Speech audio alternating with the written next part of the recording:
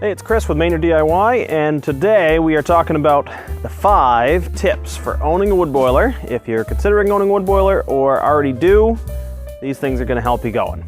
Tip number 1. First, we need to make sure we have a good bed of coals. If you don't, then between cycles, your wood in the fire is going to burn out and it won't have any sparks to be lit again. So you need to make sure that you have a good bed of coals there. Tip number 2, make sure, especially in the winter months when you get really cold, that you're burning some good hardwood like maybe an oak or a maple, something that's going to give you a really high BTU output. That's going to save you time, so you're not loading as much wood in there because it's going to burn longer, plus it's going to save you money because you're not burning, as many cords of wood when you get some really good hardwood. Save your softwoods for the shoulder season, maybe when it's not so cold. Tip number 3, make sure you clean your ashes out really good. If the bottom of your burning chamber gets filled up with ash, then it's not going to have really good airflow and it's not going to burn as efficiently as it could, especially with these gasifier units. Tip number 4, make sure you have a good stacking system here, so that way it saves you some frustration when you go to load the wood boiler.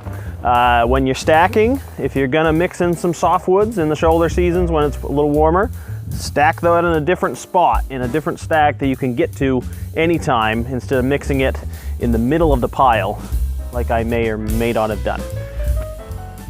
And last, tip number 5, make sure when you're loading your boiler, you wear the same kind of clothes each time you load it, otherwise you come into the house smelling like smoke and you get that on a bunch of different clothes.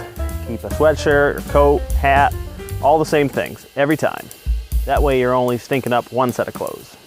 All right, hope you enjoyed this quick little video here on the 5 tips on owning a wood boiler. And if it was helpful for you, hit that like button, hit subscribe so you can keep up on all the things we do around here.